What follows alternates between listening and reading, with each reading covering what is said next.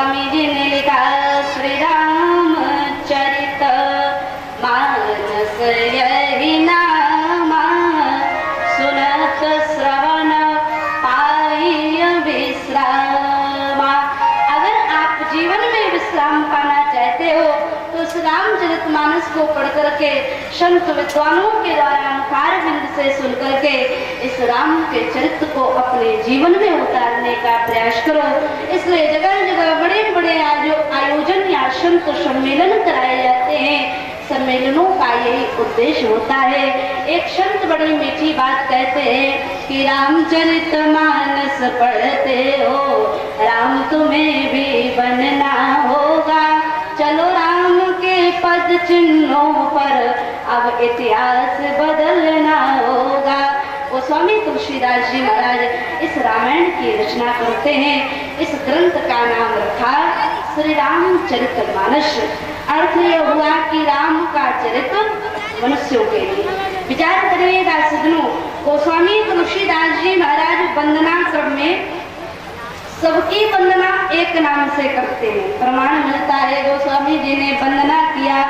पहली वंदना किसकी करते हैं कि प्रणव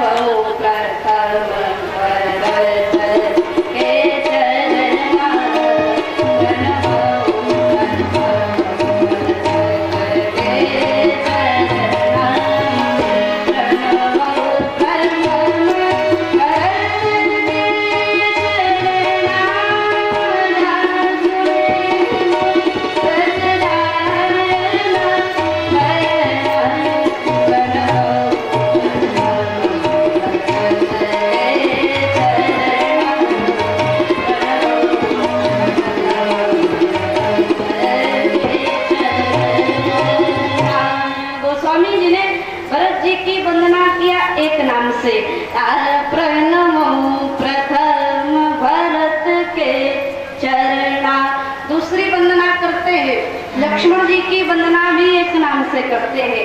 गोस्वामी जी ने लिखा कि वंदऊ लक्ष्मण पद जल जाता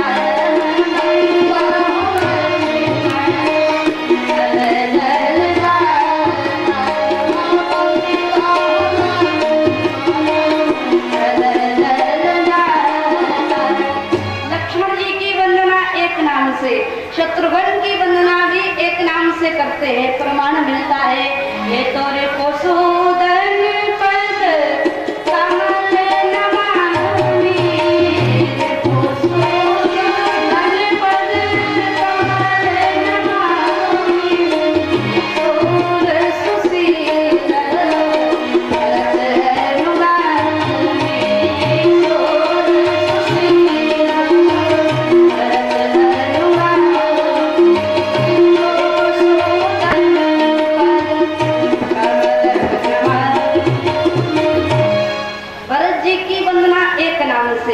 लक्ष्मण जी की वंदना भी एक नाम से, शत्रुघ्न कुमार की वंदना भी एक नाम से कर दिया।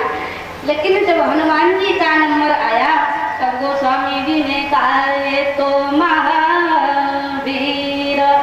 संतों ने कहा बाबा कलम रोक दीजिए, आप महावीर किस महावीर की चर्चा कर रहे हो?